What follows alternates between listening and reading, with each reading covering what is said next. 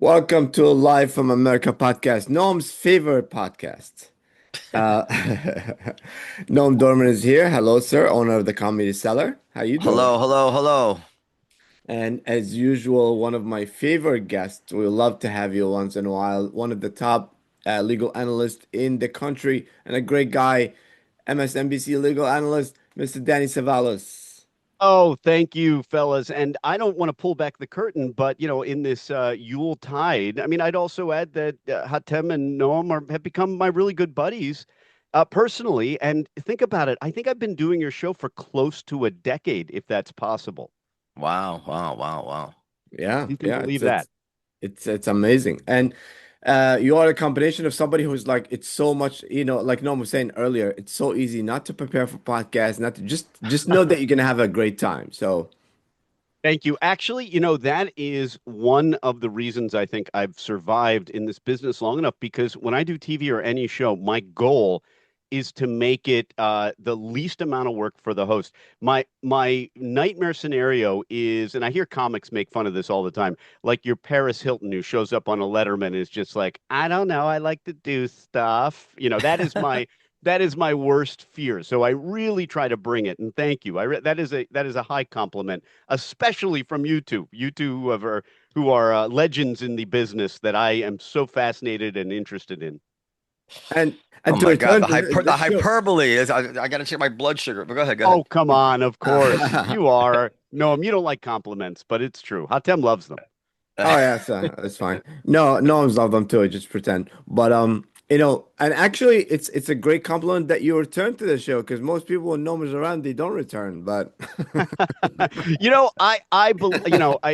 I know you're being funny, but No, the one thing I learned no, I'm early not. on this show is that you have to come ready. You're not going to have a host who's just going to just sort of passively accept whatever you say. This is a host that's going to push back. And the first few times I was on, man, my heart rate was up. I was game time performance. It was. I'm serious. I mean, because you had to be ready. You can't just give a packaged answer on this show.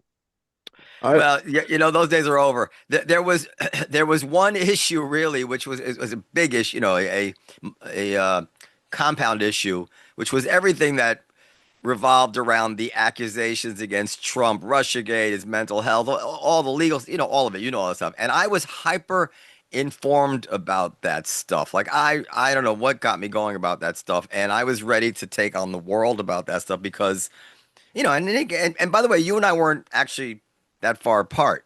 I No. don't even remember if we were far apart. You were, especially for an MSNBC. My God, you were like a profile in courage, meaning that like no, I mean actually mean it's like You're we're so all right. I know what you mean.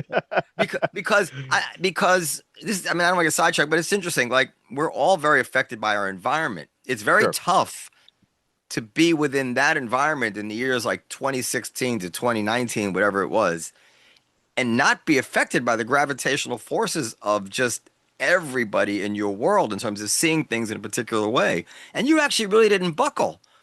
So Well, thank you. that speaks a lot about you. Yeah, but It's anyway, funny. since then Yeah. I don't know anything. Go ahead. Go ahead. Yeah, me neither. So I have to say, it's so funny you say that and you were a very, very vocal minority during the Russia investigation. And Yeah. looking back on it in retrospect, I was off and on when I was on MSNBC. As you folks know, this is my first show with you since MSNBC split. I'm no longer with MS. I'm with NBC News only. So I'm not Oh, allowed to good. do MS anymore. They left the building.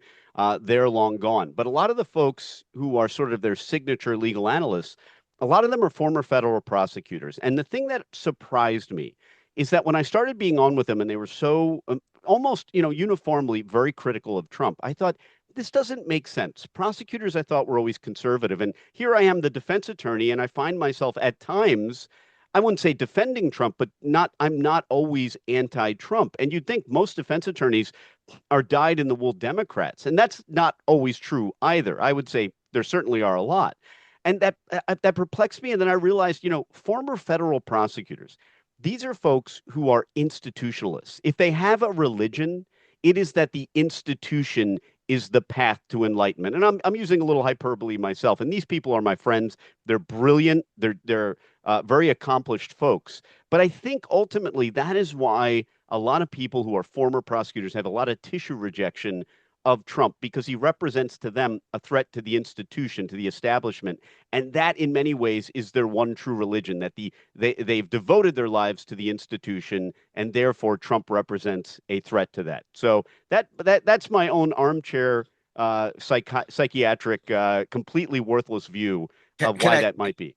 can I take it to another level even?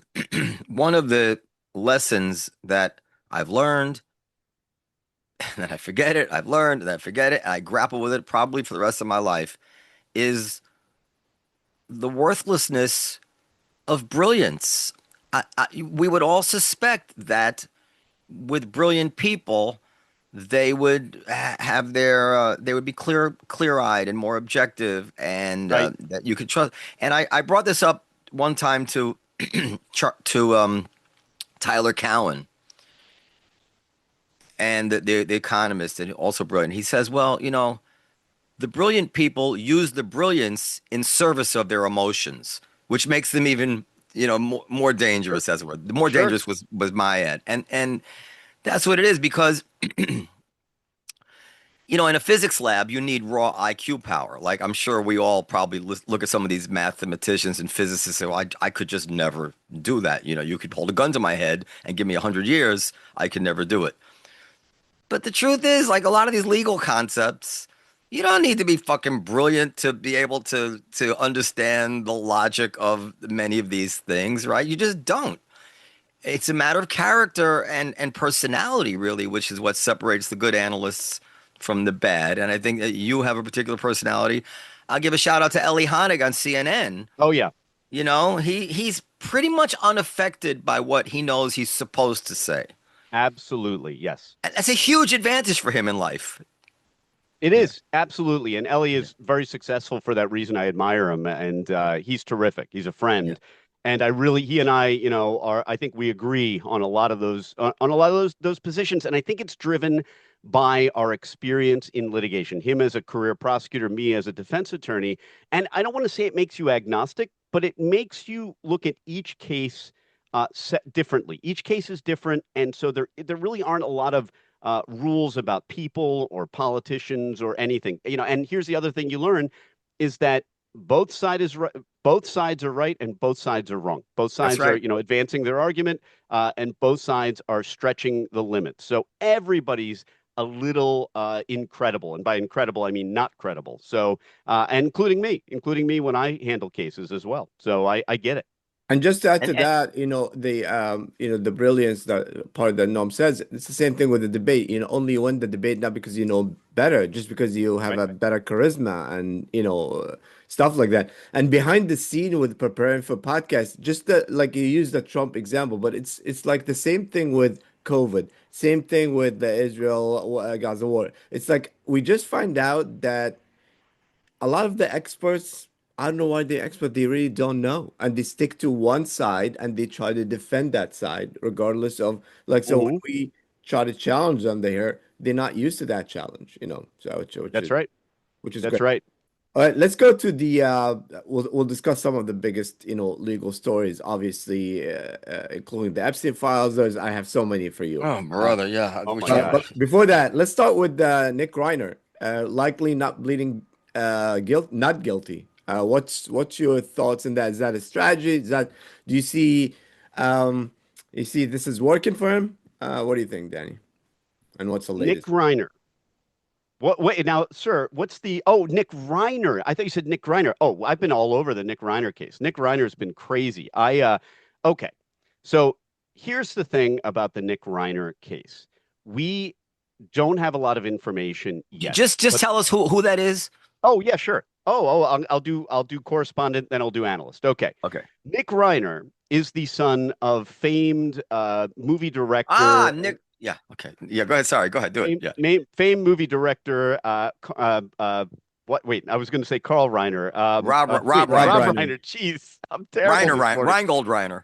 Yes, yes. Rob Reiner, who came to fame, and Noam and I would remember. Hatem is too young, but as Meathead on Archie Bunker, which, back in an era of three television channels, everybody knew who Meathead was. But over the years, he's responsible for some of the really the great movies of our era, A Few Good Men, what else? Harry Met Sally, some of the classics, Like 'Em or Love 'Em. I mean, they're part of my youth. They're part of moviedom as I grew up. Now, apparently, after Conan O'Brien's holiday party, where Nick Reiner, his Rob Reiner's son, was acting a little strangely, the next morning, Rob Reiner and his wife were found dead, I believe, stabbed to death. And, a lot of this is still alleged, so just assume everything I say is alleged. But Nick Reiner was apprehended not too long afterward. He has been held without bail. And his attorney, very, very accomplished attorney, Alan Jackson, who you may remember from the Karen Reed case of recent infamy, is representing Nick Reiner. What he's done is he's continued his arraignment until January. It looks like he might need some mental health treatment or some other needed delay by the defense. But we don't have any evidence really yet, other than police suspect him. But I suspect we're going to learn that Nick Reiner did not do a very good job of covering his tracks, and that this is going to be a pretty difficult case for the defense. And for that reason, you might look to see an insanity or some version of diminished capacity defense if there is absolutely no other option.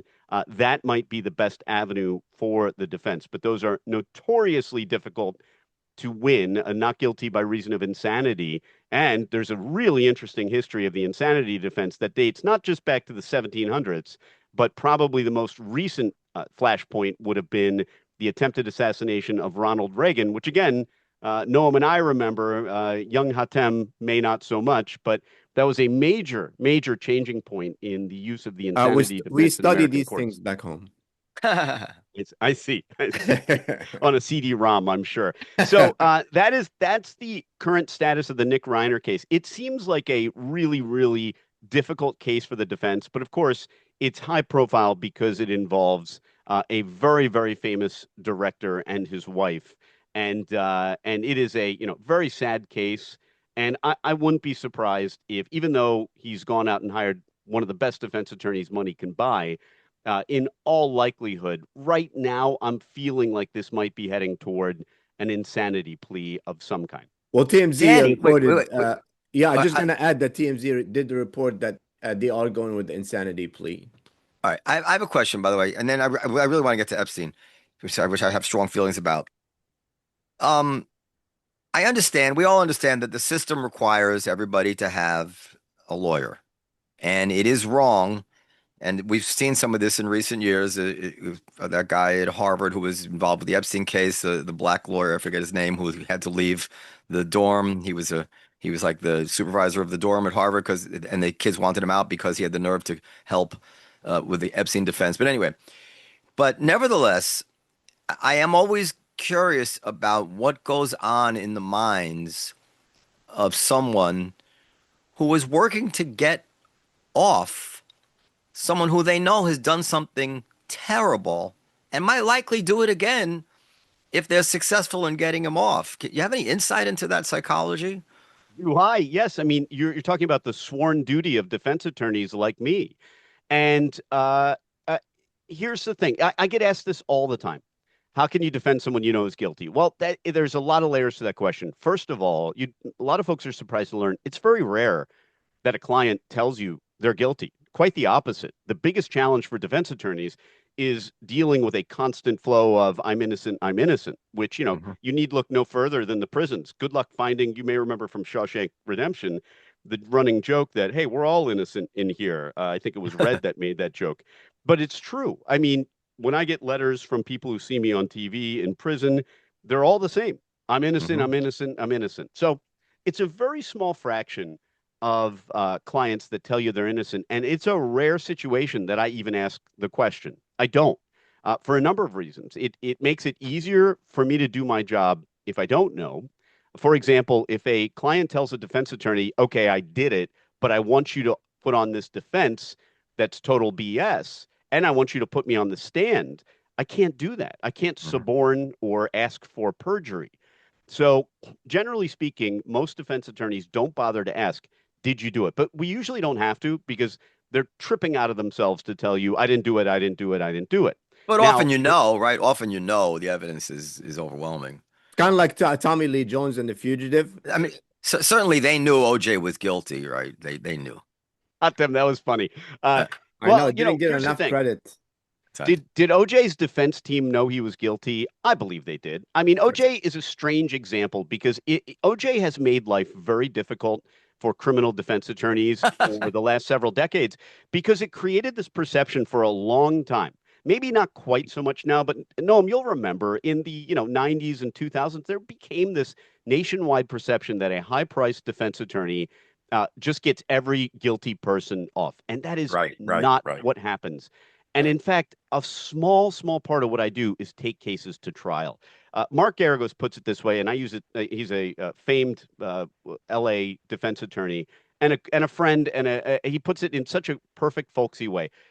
A lot of what we do is give our clients a soft landing because we are going to lose the vast majority of our cases. In federal court, 90% of federal court, criminal court cases end in guilty pleas. And of those 10 that go to trial, and my God, it feels like I have all of those 10% because my clients always want to go to trial.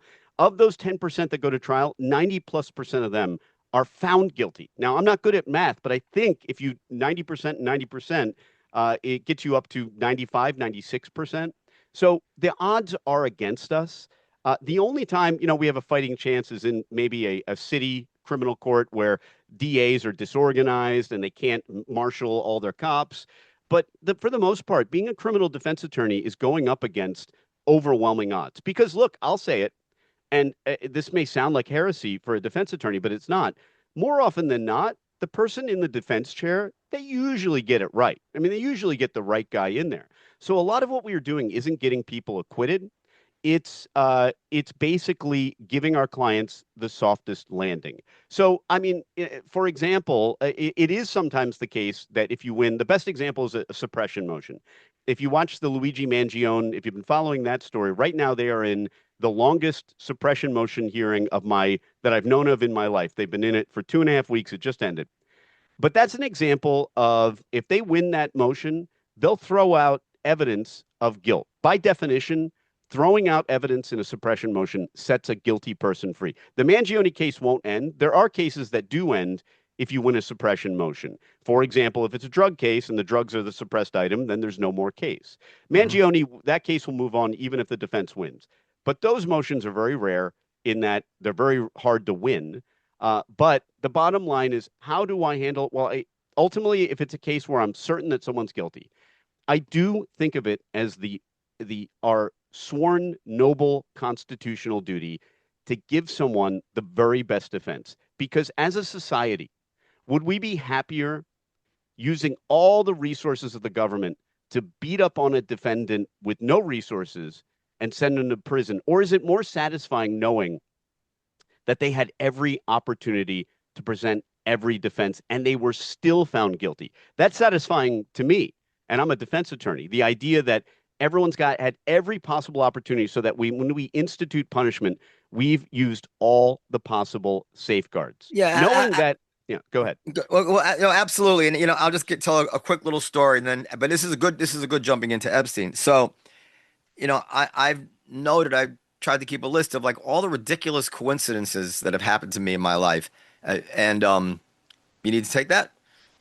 No, okay. So I was driving with a girlfriend uh, uh, in countryside in Italy somewhere, starving on a highway. You've been there, right? It's like a little, and you see off the highway, you see a sign, Ristorante. It's, oh God, let's go. So we drive off the highway, we're in the middle of nowhere, get to the restaurant, 10 minutes after the hours of the restaurant. It said to the woman, she's probably the wife of the owner, we're starving. Is there anything you can give us to eat? She goes, let me go ask the chef. She says she went in. I asked the chef. He says if you take only pasta, he'll make something for you. I said, oh my God, thank you so much. Please, if the chef could come out, I want to say thank you to him. So the chef walks out. He looks at me. He says, Comedy Cellar. No. Yeah, and it turned out he used to cook at Minetta Tavern across the street. And my initial reaction to that at the time was, do you know there are people doing life in prison on evidence just as unlikely as this. Yeah, Like if I had to get off by saying no, no, no, this coincidence happened to me, right. and the jury would say, no fucking way, we're gonna believe that you drove. Like, you understand my point? Yeah, of course. So you think you know who's guilty, but you never really. I get in most my in many cases, even what you think you know is true, it could actually not be true, Absolutely. and only through the procedure can you really test it. Exactly So right. But I yeah, yeah. accept if it's like if you're trying to play insanity, then you kind of said, yes, I did it, but I'm insane. And wait, hold Oh, on, hold on. Let's go because so anyway, but this thing about a soft landing. This is really the origins of the Epstein story, isn't it? mhm. Because he was involved in a lot of stuff with a lot of women and a lot of accusations, and his attorneys somehow, and this is similar to OJ, with well connected and blah blah blah, and they got him a very soft and inappropriately, I think we all agree as citizens, an Yeah. inappropriately soft landing OJ, in right? that Yes, original. absolutely. No, I'm talking about Epstein. Oh, Epstein. Yes. Yeah, In 2009, of course, yeah, 2008, yeah. 2009 in Florida. Absolutely. Which is where all this now stems from, the fact that he got off, they claimed he was intelligent, all this nonsense. So where are you now on the Epstein files? And let me just add at the top of it, I'm very offended at the idea like Larry Summers' life is trashed because his emails are being released. I can't even understand that. We can get to that. But what's your take on the Epstein thing? Yeah, what's interesting is I actually have an Epstein adjacent case and here in federal court in New York, and I'm wondering if I could be in the Epstein files. It's possible if the DOJ is collecting public filings on this lawsuit. So you're right in that. We still have a spot for you right here, Danny. Don't worry. Yeah. But I mean, you're absolutely right. And the statute itself that authorizes or requires the release of these documents explicitly says it shall not be a reason that to withhold documents that it might be incredibly embarrassing for Yeah, people. And the only people that are to be protected are essentially the victims. victims. Victims are minors and or in many cases both. And by the way, almost by definition, a lot of people are, I think, correctly concluding that when somebody's face is blacked out, they are a victim. So this is a really, really fascinating thing for a criminal defense attorney like me because we virtually never get a wholesale look into the DOJ's files. We usually get what they want to give us or what they are very strictly required to give us. Folks would be surprised to learn that in federal court, discovery is not all that broad. It's very narrowly defined. So to see DOJ have to turn all these documents over, irrespective of who they hurt, and people are talking about how many terabytes of documents there are, but I mean, this was an investigation that went on for now. What are we at? We're at well over a decade. So there's going to be tons of court cases, tons of documents, and there are, as I expected, tons of redactions. I mean, on the whole, do I think here's my view on the whole Epstein saga, which is whatever opportunity authorities had to go after Epstein and his circle, that was back in '09. The photographs and things that are emerging of people like Bill Clinton, I mean, are terrible for them from a public relations perspective. I don't think we're going to see a lot of criminal responsibility, but you can see, for example, how a lot of people are going to be damaged by the release of these documents because they're just going to be in there. I mean, the stigma of being just in the Epstein documents, even if you sent somebody an email. One of the things that has to be released, by the way, is internal emails and communications by DOJ. Wow. I mean, I haven't seen those yet, but what an unprecedented glimpse into the inner thinking of DOJ that you just don't normally get. So I am fascinated. And I admittedly, I'm only a fraction of the way through. I find it actually better to kind of look on social media and see what other sleuths have found really interesting. Because I mean, I just can't scroll through thousands of pages of redactions. And Yeah. people have found some interesting things. I think so far, unless something broke overnight, the most damaging is they are things like pictures of Bill Clinton in a pool with a redacted photo of a victim. But here's the other thing. I mean, is it slimy? Yeah, it looks very creepy. But at the same time, if there is some explanation for it, a lot of these other folks, I'll give you an example. There's a picture of Mick Jagger and I think Bill Clinton just at dinner. They're not doing anything. They're just at dinner. And now they're part of the Epstein files. So I'm sure they're none too pleased about that as well. But I think I think Bill Clinton has some accountability here, moral accountability, because some of those pictures are kind of fishy, knowing what we know about what Epstein was up to. Well, the case of Larry Summers very deeply disturbs me because um just and in my way of thinking, the right of association is a constitutional right. It's very sacred. Certainly the right of a person who's done his time to go back into society, a free man, and to be associated with is very important to us. There's no reason to think, not that this is even relevant actually to my way of thinking, but to other people's it is. There's no reason to even think that Larry Summers has some kind of extensive knowledge of what Epstein was into or was involved in or was the details Right. of his criminal case. So there, Larry Summers, writes emails to this free man, Jeffrey Epstein, and they have a friendship, and he's talking about personal stuff with his love life and things like that. And I cannot come up with any reason under the sun why Larry Summers' emails should be released by the government as if it's the right thing to do because the mob demands it. And I had Right. this argument with a civil libertarian friend of mine who was getting squishy on it. It's like, well, but the transparency in the country, it essentially the I want to be fair to his point of view, but essentially that this is such a hot issue that it kind of needs we need to soothe it. And I was like, well, okay, but what if in Larry Summers' emails he wasn't discussing his own love life, but he was discussing some very personal problem of his daughter or of his wife? Would we say it's okay for 1 degree of separation for their lives to be implicated? And I said, and if the answer is no, then what you're saying is that somehow he kind of deserves it because he was friends with Epstein. We would never want his wife's secrets to be released. She's an innocent here, but Larry Summers was friends with Jeffrey Epstein, and that's just not quite innocent. That's absolutely offensive to anybody who understands our system. And I don't know if I don't know. Larry Summers is not a friend of mine. I find my old Louis muscle being activated here. I don't know Yeah. why nobody's sticking up for him. I find it disgusting. So go ahead.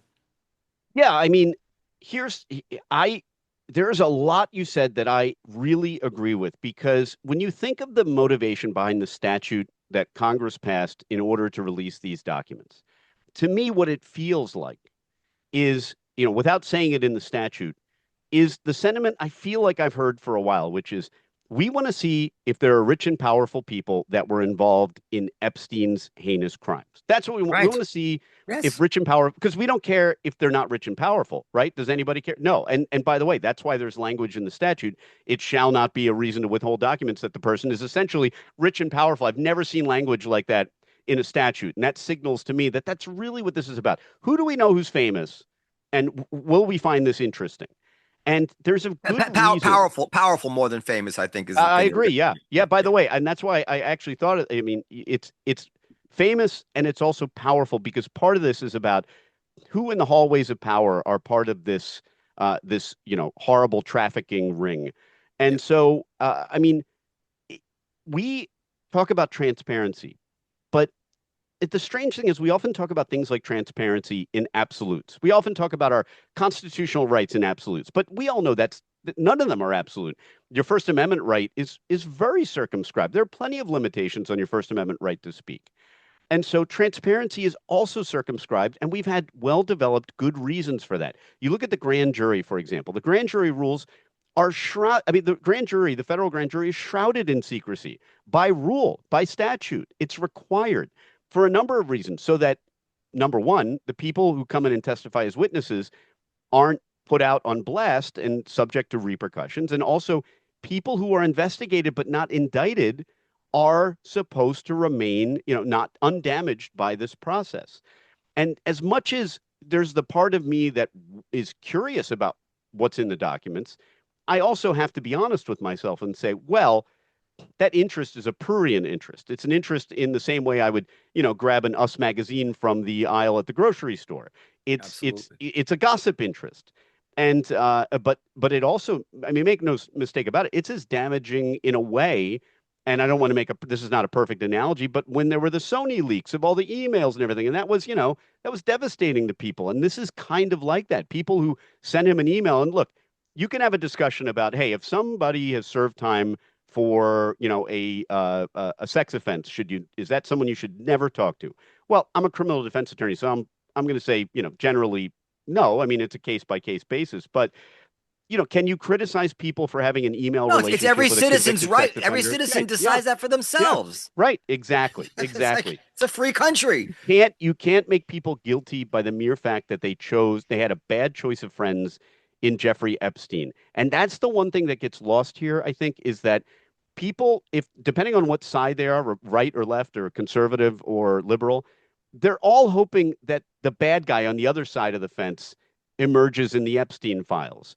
And I think that clouds the judgment of whether or not this is ultimately a good idea. I mean, this goes against everything DOJ has in terms of policy. They don't release investigative materials like this, and not in this at this level of terabytes of photos and data and papers. And we're learning in real time that there's a good reason for that. And there are going to be people who are caught up. And I don't mean Bill Clinton. Bill Clinton has some accountability, but there are going to be people who are caught up in this, and it's not going to be good for them. And it's probably a punishment that does not meet anything they did wrong, which might be as simple as becoming friends with Jeffrey Epstein. And for what I understand, Epstein, was very, very persuasive in becoming friends with rich people because he had a reason to become friends with rich people. And by Isn't the it? way, I'm sorry, one more thing. They could have created a procedure. They could have taken Thomas Massey, and I'm sure I don't know who the characters are, but the people that are known as the real fire breathers on Epstein, Hmm. and had them, and given them the is it remit? Is that the word? Given this, your task here is that you're going to be the final word on redactions, and you are to redact any private information that is not relevant to the our interest as you already laid it out.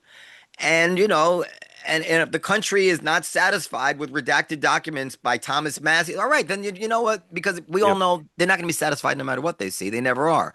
But Right. the fact is that we have values, and it pains me to see again, like civil libertarian types like Thomas Massey, just trashing everything we're supposed to believe in for this prurient interest. Larry Summers had to resign from everything as a pilot. His professional life is over for no reason other than he sent some emails to Jeffrey Epstein. There's no accusation whatsoever that he's involved in anything untoward with any prostitutes, underage women, no pedophilia, nothing. Well, Nothing. it's an age-old discussion, right? I mean, it's what to what degree, and I think society differs dramatically on this issue, which is when somebody has makes cringeworthy personal choices in their life and they're people of power, how are we going to punish them? And it's always a case specific analysis because there's Bill Clinton made a comeback after a tremendous sex scandal. Donald Trump is unaffected by sex scandal, and I was just looking. I'm sure you've seen driving. If you drive to Jersey, there are still billboards for Jim McGreevy's back. He's running for mayor of Hoboken, and he was basically exiled. Jim McGreevy, the former governor of New Jersey, was exiled politically speaking. So there's really no science for figuring it out. But you're right. I mean, we've grappled for maybe centuries with the age-old discussion of what do we do with someone who is a person of power, but something comes out about them, about their personal life that is cringeworthy, I, embarrassing, or immoral. I mean, Danny, you must know this, but if you think about it, first of all, I know people who have remained friends with people who've done terrible things. Usually it's family members, but Right. anybody who's gone to prison for something awful, do we expect the people who've known them not to visit them in prison? Like, what are we doing here? Right. People No, you're maintain exactly right. relationships. You're And who exactly right. and And the part of holier than thou-ness of it all. How many hypocrites are out there, with pitchforks for Larry Summers, who in their own lives have looked the other way at people they know who have done horrible things. It makes me sick. Sorry. no, you're absolutely right. I mean, everybody, especially people in positions of power, know somebody who has committed a crime, who has done something wrong, and a lot of us conceal that information. And the bottom line is, for a lot of people, the Epstein debate is conflating holding people responsible for being his friend and holding people responsible for actually doing something that was involved in child sex trafficking. And I would just add too, I mean, and again, this is something that is scary for me to say, but the Florida cases, and I don't recall exactly what they were, but Jeffrey Epstein hired such a unbelievably good legal team in Florida in '08 and '09. He got those crimes pleaded down to virtually nothing. So, as a person who's being accused of being friends with Epstein in the 2010s and 2020s, uh, to their knowledge, even if they were aware of his convictions, I believe it was just a state court. I think it was solicitation. I don't think it had anything to do with a minor. I could be That's wrong. right. That's But I right. believe it was just solicitation. That's what it was pleaded down to. So that's basically, visiting a prostitute. Now, is that what happened? I don't know. But if you're his friend, how deeply are you gonna investigate that before you do business with him or talk to him? Now, if you're out there saying you do a deep dive, you're out of line, Cevallos, you should deep dive everyone you do business with. Okay, that's a great normative idea. I don't think that's the way people normative meaning rule based, not norm. Yeah. I mean, that's a great rule based idea. It's not realistic. People don't do that. And I have in the end, we have. I'll let you go, Hata. In the end, our whole system, the whole ball of wax depends on our understanding that it, people are free to make these decisions for themselves. Yes. The mob, we don't have a town square system of justice, and this is the town square. They haul Larry Summers out in the town square. They put a big scarlet Yep. letter on his forehead. This is exactly what we're embracing here. Somebody has an offensive decision they've made about their personal lives that is not something that the United States government uses as a rationalization for extrajudicial revealing of their most personal secrets. You're supposed to have warrants and a nexus and a judge, and it's all supposed to be done in a proper way. This is anarchy. Go ahead, Hatem. Go ahead. a few things. One, is it crazy that somebody that's been around doing what they do, and like Epstein, and there is no videotapes or like real like what you learn from people like that, they always have like some kind of, backup of the most powerful. Like, do you have any explanation to something like that? That they don't have anything at all? Well, I have to say this, and I've said this on air, is that everybody I feel like early on one of my things on TV is that we have such short memories, right? And here's what I mean by that. We've been talking about Jeffrey Epstein for at least 6, 7 years on air. And I've become very suspicious of any sentiment that it's right around the corner. All the stuff is going to come out about Epstein and Trump or Epstein and Clinton. It doesn't matter. But we've been saying that as if it's coming next week for 6, 7 years now, maybe 8 years. And that makes it very suspicious to me. Let me give you an example. Epstein has been criminally investigated since 2009 at least. And yet, the only photographs in all the studying of Epstein, all the documents revealed, everything, the sum total of all pictures we've seen of Trump and Epstein are the same 3 or 4 pictures that are always thrown up on TV. I know them when I see them. It's him and Melania and what's her name? And boy, I'm blanking on names today. It's Ghislaine? Ghislaine. Yeah, Ghislaine. It's To me, that tells me that as much as there's a huge amount of documents and photos in this release of documents, that I don't think we're going to get a lot of mega surprises. I mean, I think the Bill Clinton swimming in the pool was the biggest surprise. I was surprised by that. But think about it. We've had people combing through these documents through the weekend, and as far as I know, I may have missed something. It's easy to do. I haven't. There have been a few others that are shady, suspicious, whatever.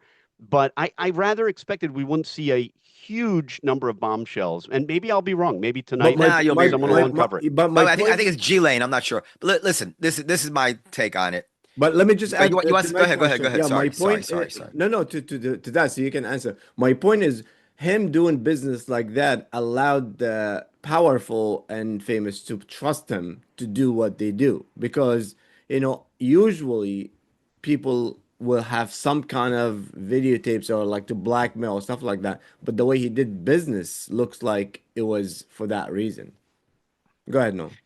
I'm just gonna say, in the last 2 years of the war in Israel, how many times it's just been like Netanyahu and Trump, or Netanyahu and his close circle of war cabinet advisors, and there's some conversation and some decision is made, and this is the most sensitive, most important secrets for a nation's survival, and the next day you read about it in the paper, right?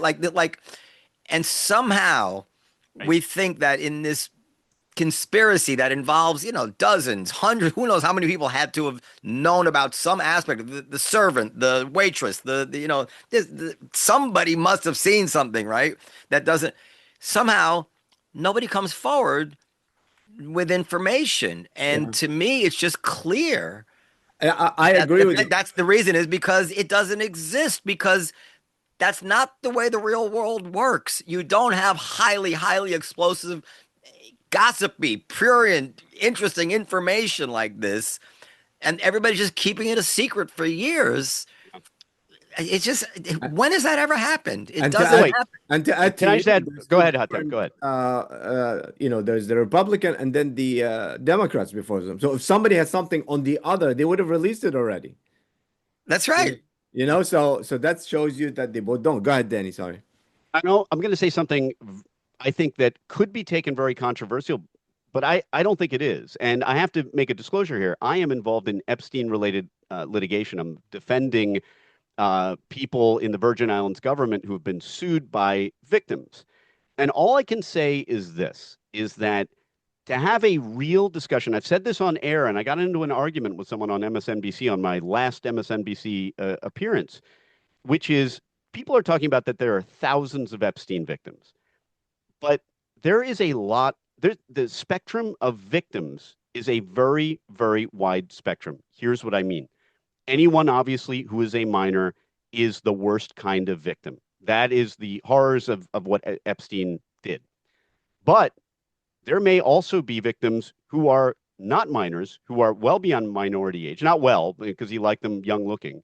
And to some degree, I don't think they would come off as victimy as others. I don't know how else to say that, but there were a lot of people who were adults of majority, and I don't know that they were as trafficked as, I mean, actually they would be trafficked because some of the statutory definitions of trafficking don't require against your will. For example, the Mann Act, which is not technically the Trafficking Act, but that's just transportation for prostitution. Consent has nothing to do with it. So I think there's a huge spectrum of victims, and obviously there are victims who are minors, and that's horrific. But there may be victims, and again, take this with a grain of salt because I have as a client someone being sued by victims in the Virgin Islands government, but there's a huge spectrum of victims here as well. I mean, if I would say if I could say what the mainstream morality and all this would be, let me get in big trouble now. But I think what the mainstream morality is that basically everybody understands that young girls, minors of below, we could argue the age, this is just a fucking outright crime and a moral Absolutely. disgrace, right? Yep. Horrible. Then there's ages maybe 17-ish where even the states don't agree, where we'd say, well, having sex with a girl that age is already questionable. Um, uh, uh, uh, uh, Paying her to have sex, in other words, using the fact that she's obviously troubled opportunistically, this is also criminal and disgusting. Meaning, like, yeah, maybe if this was your 17-year-old girlfriend, that like Woody Allen in the movie Manhattan, that would be already a bit much for us. But knowing that she's a troubled young girl who's probably been prostitute for since she was younger, and now you're going to take Yep. advantage of her, you're Yep. also disgusting. And then All disgusting. yeah, and deserve no sympathy. And you can't even plead the fact that 17 is borderline, what I'm saying. And then you have adults who are now victims, and they're considered victims by the same people fighting for sex worker rights. right? Like this is a little bit much for me. Like Mamdani's out there, we need to legalize sex work. But Epstein victims are 19, 20-year-old girls who were trafficked, put them in jail. This obviously doesn't hold up, right? So now you're into a moral panic ground. Right. Those are the categories that I see. No, I do. I see there is I mean, everything that went on was bad, but there are people who are victims for whom this is absolutely the worst tragedy ever. And for adults, and especially to the extent any of them were, willing participants, which you can be as an adult, it's possible. It's maybe less so. Still victims, but there is a huge, huge disparity among victims. And again, that's the view of someone who's defending a case. It's all bad, but it is. The point I'm trying to make is that it's not always as cut and dry. It's not always as clear and binary By the way, as you might think. what does the law say if a guy goes to a prostitute, right? Mhm. And he really doesn't know she's underage. What does the law? That's not a defense at all, huh? So it is a it can be a defense if there's lack of knowledge, but you ordinarily there are surrounding if there is a true lack of knowledge, if the person was deceived, you may have a defense. But the problem is there's usually a lot of contextual hints because someone who looks 18 might look 16. So that's not good either. The other thing that's really interesting is during the Diddy trial, I was amazed at how many people, smart people, were completely unaware that prostitution was illegal. There are a lot of people who are not aware that they're not aware that if people are consensually exchanging money for sex, that's illegal. I mean, and going to your point, Noam, you're exactly right. I mean, to the extent there may have been the sex trafficking laws do target prostitution. Obviously, most of them target forced or compelled or coercion. But the Mann Act is a good example where it just requires interstate travel and prostitution, and it criminalizes it. And yet at the same time, there are people like the future mayor of New York who is advocating for legalizing sex work. Yeah, So I yeah. mean, those sort of contradictions are things I kind of hone in on.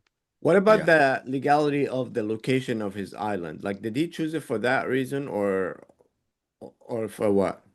I'm sure he did. I practiced down there, so I know the island very well. I've known it for, years before anyone was even talking about Jeffrey Epstein. And I'll tell you this, the scuttlebutt down in the U.S. Virgin Islands about Epstein was that he was bad news long before we were talking about him. So I'm talking like 2005, 2006, 2007.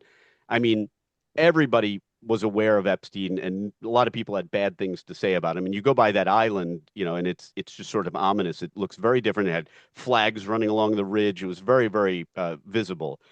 But the U.S. Virgin Islands is essentially a state, and you have the same jurisdiction. You do have local laws that obviously they have local sex abuse laws. They also have a federal presence. It's exactly like any other state in that sense, although constitutionally lots of differences. But I think you're right, Noam. I think he chose the Virgin Islands That was me. because it's one of the few places you can get your own island.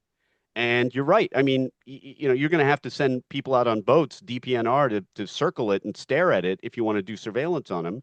Yeah. And anyone who has an island, they have a measure of privacy and security that the rest of us just don't have. So I think that had something to do with it.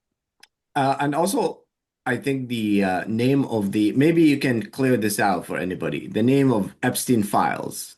It seems like I think that's one of making people like have a conspiracy theory. It's like it seems like there's files of pictures and videos and stuff, but it's just a term, right? It's record pretty much.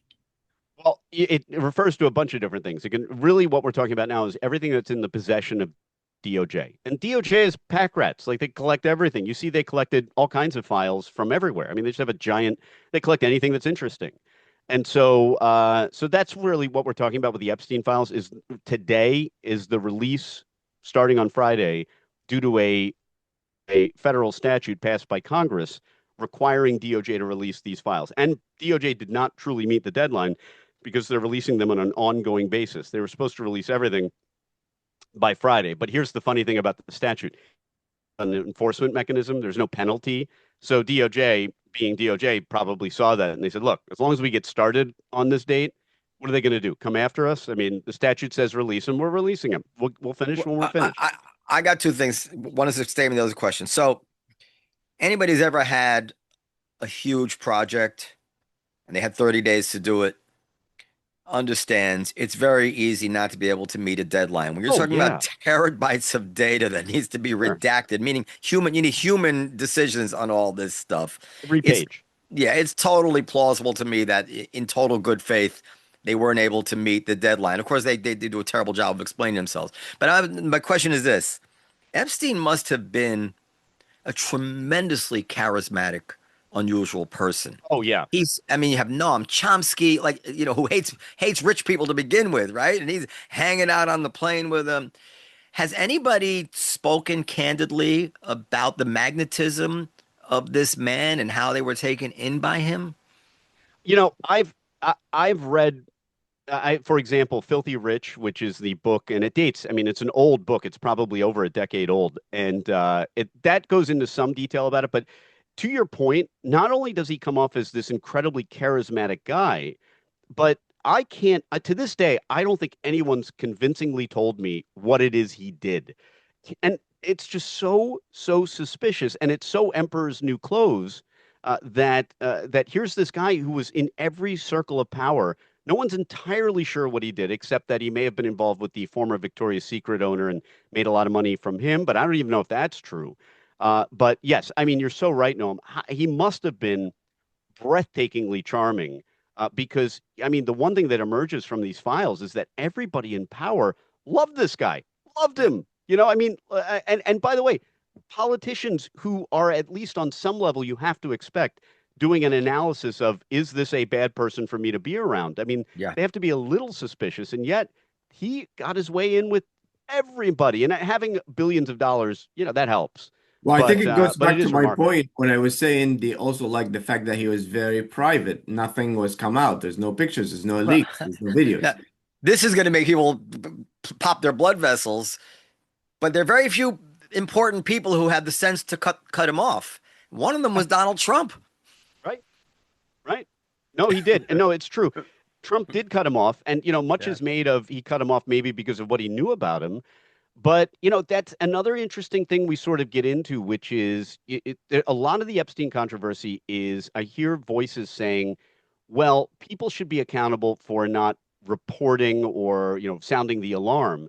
But to sound the alarm, you have to know or see something. And even then, there is no legal duty for citizens to rat on each other. There never has been. I mean, if you have a separate duty, if you're a police officer or a lifeguard and you see someone drowning, sometimes you have a legal duty to report. School teachers are mandated reporters. But if you're, one billionaire talking to another billionaire and you see him hanging around with young women, I mean, is in a perfect world, would you have liked Donald Trump to run to the police and say, hey, these girls look too young? Yeah, but keep in mind, there's no legal duty to do that. And our country it would be problematic if there was. If we had a legal duty to report everybody that is suspicious to the police, it would be like we're in Cuba. And so, I mean, that's not a situation we want either. Do we wish more people reported on Epstein back in the day? Yes, but those same people, man, I wonder if they themselves would do it, or if they would just say to themselves, "I don't want any trouble. This guy's rich and powerful. I'm going to pretend I didn't see that." Because those are usually the most vocal people about, inform on everybody. But I think it's Actually, different when I think wait, it's I was gonna different when say, you report somebody back in the day, and then after 2009, when they knew what's going on and Sure. they give him a crazy sentencing. I think the government should have came back and tried to do something. well, you Well, can't come back. yeah, you can't really come back and revisit it. And, look, I agree. If you read that book, Filthy Rich, as a defense attorney, It's it's one also of a those. Netflix special. People can watch it. Yeah, I feel so grossly inadequate when I read that because I'm blown away at the deal they got. I mean, sometimes it's probably like watching a comic that is like just so amazing. You think, oh gosh, how can I be a comic? It's the same thing. I see the deal that they got, and I can't explain it.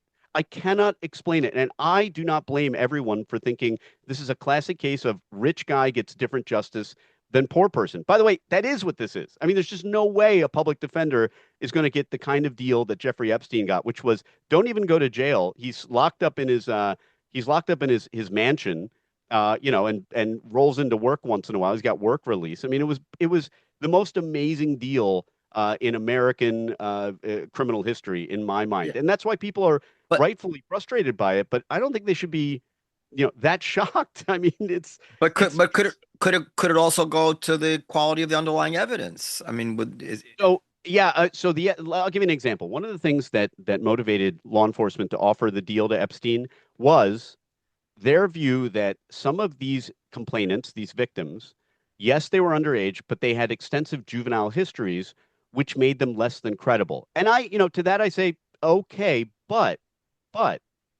it's often the case that victims might have credibility issues because predators target people right? who have credibility issues. If you're a predator, you're not going to go after someone necessarily, a girl who attends the top prep, private school and is picked up by mom and dad and dropped off every day. You're going to target the forlorn shoplifting kid who's got lots of problems at home who might be, you might be able to bamboozle. So, I Yeah. mean, that's just the facts of life. I mean, Yeah, but there was unfortunately, and there's so many of them. But that goes to I was trying to say that I don't know if I really communicated that these people are troubled. The victims yeah, here are I mean they they wouldn't are. be victims of this sex trafficking if they weren't troubled in their lives in some way. And now it's like we hold that against them. Yep. The fact Yep. that they're And I troubled now let we me can't trust you in court.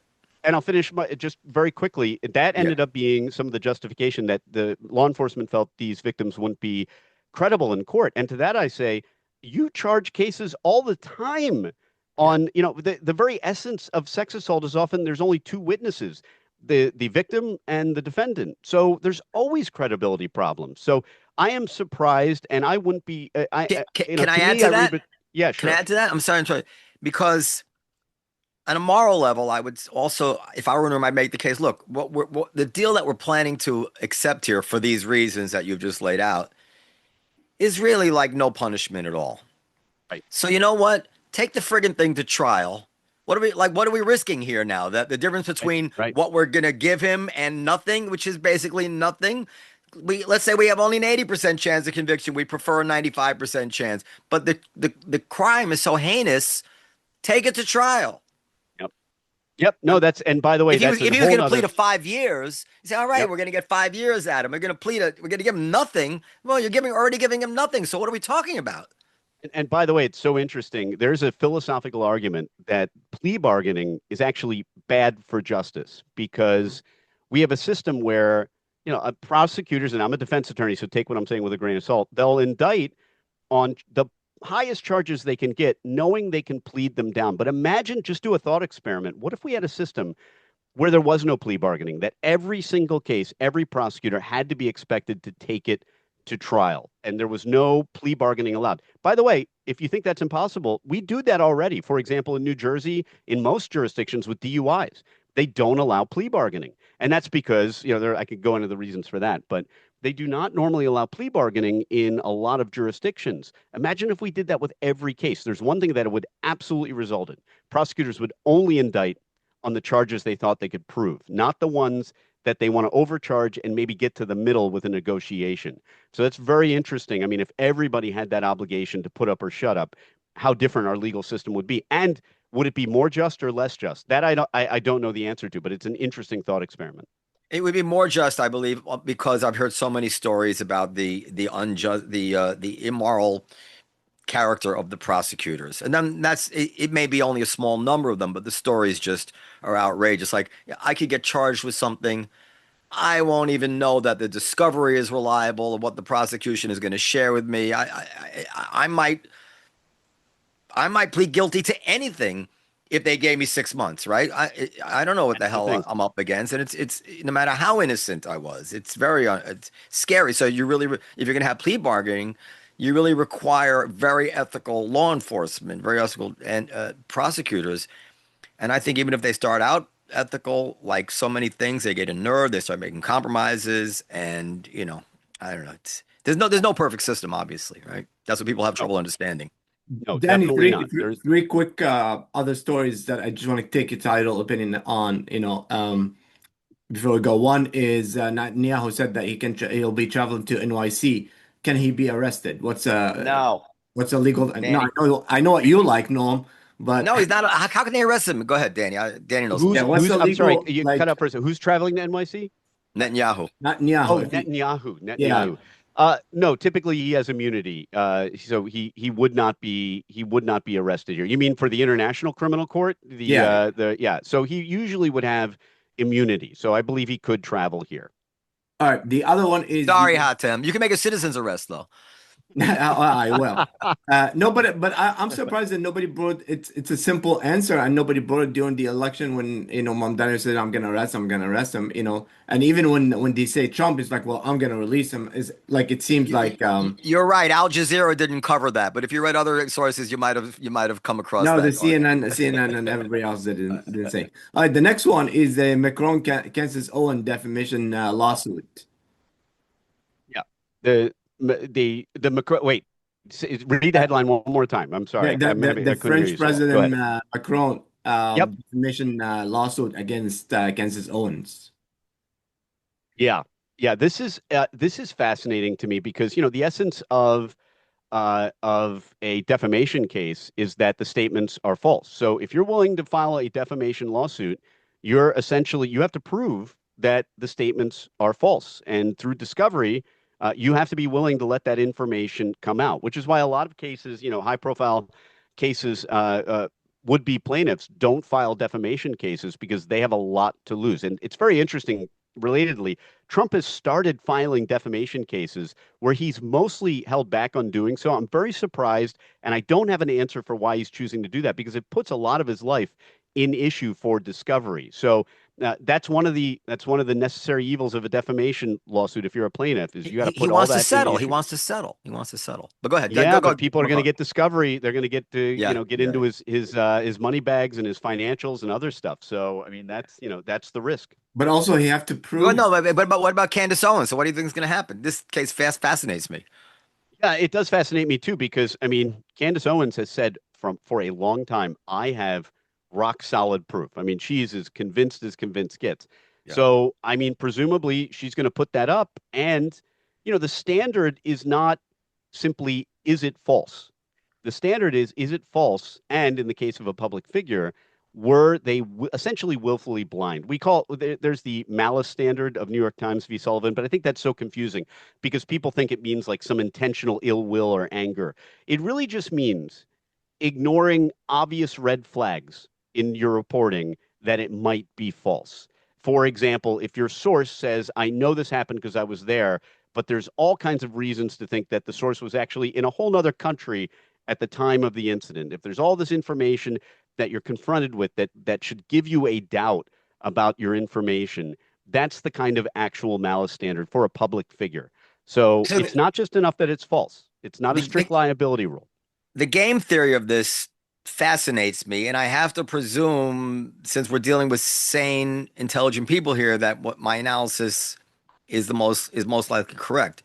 You're talking about a case here, and it's a unique case in this sense, where the plaintiff has 100% ability to prevail if they're telling the truth, meaning that all they have to do is give DNA, right? Like there's no interpretation here. There's with 100% certainty, if Brigitte Macron is a woman, she knows going into this case, she is going to win. She's going to prove it. Yeah. So I have to believe that she's prepared to do that because the humiliation of suing Candace Owens and then backing off at some point in the future and refusing to give DNA evidence is going to make everybody, even including me, think, dude, you're a man, right? Like there's no way out of that. So Right. I Right. have to believe that this is where it's going. Yep. It can only go there. You're absolutely right. And by the way, even if Macron proves that she is a female, that's again, the standard is beyond it. The question then becomes, okay, so it was false. Then the question is, what was the intent? What was the knowledge that Well, Owens that's had? that's for like if they really want damages and all that stuff, which I don't think they really care about that part of the case. They just want Candace Owens proven to be a liar. They don't really Right. care if they prevail Right. on, but she knowingly did it or blah blah blah, right? That's what you're getting at, right? Well, no, I'm getting at yes, and the standard for defamation, which is not Yeah, just the falsity. It's not just right. the falsity, because there are a lot of things we could report that are false if we were given tons of information to believe that it was true. And you can think of a million historical and Right. political examples. If there was plenty of information showing that something was true, then you can report on it, and you won't meet that malice standard. But on the other hand, if there was plenty of information that Candace Owens was confronted with, if say she researched it and somehow got a hold of medical records, and time again she sees that Macron is a female, that would be the kind of deliberate disregard of obvious facts, sticking your head in the sand, that would Yeah. support defamation. Yeah, I read the complaint. The complaint was pretty convincing, but in the end, it's going to come down to DNA. I don't see how it can't. Well, that's it. I mean, Yeah. that's the crux of that. That is the you're right, and I love when you can distill a lawsuit down to. I mean, rare is the case you can distill it down to such a simple question that is so easily answered. But Yeah. I think it's bad for the French president and his wife because it's either it's going to be dismissed, which is going to create more theories, or they're going to have to provide something, and she's gonna I mean, Well, in if you my provide view, something, it's great. it's just my opinion, going with what Noam was saying, that to me, this is not a scientific conclusion, but the mere fact that they've filed a lawsuit signals to me that they're ready to prove conclusively, beyond a scientific doubt, that Yeah. she is a woman. I But mean, you don't file a what if the lawsuit court just as fluff. did motion to dismiss of the court? What's that? What if the court dismissed the case? I mean, I guess they could in theory. I don't know what the basis would be. I mean, maybe on a jurisdictional ground, Yeah. that wouldn't mean anything. I mean, that doesn't go to the merits of the case. But I mean, all if they get to the merits, as Noam put it, it's a pretty binary. It's as binary a decision that a court has ever had to make. Yeah. I guess that's a no-brainer. All right. This was awesome. Do you have any other questions, Noam, before we go? No, this was awesome. Danny's the best guest ever. He really is. Oh, Yeah, I he love is. you guys. And we have Yeah, a new let me. show gonna happen. Can I promote my new show? It's gonna be at the Sure. Trump Kennedy Center.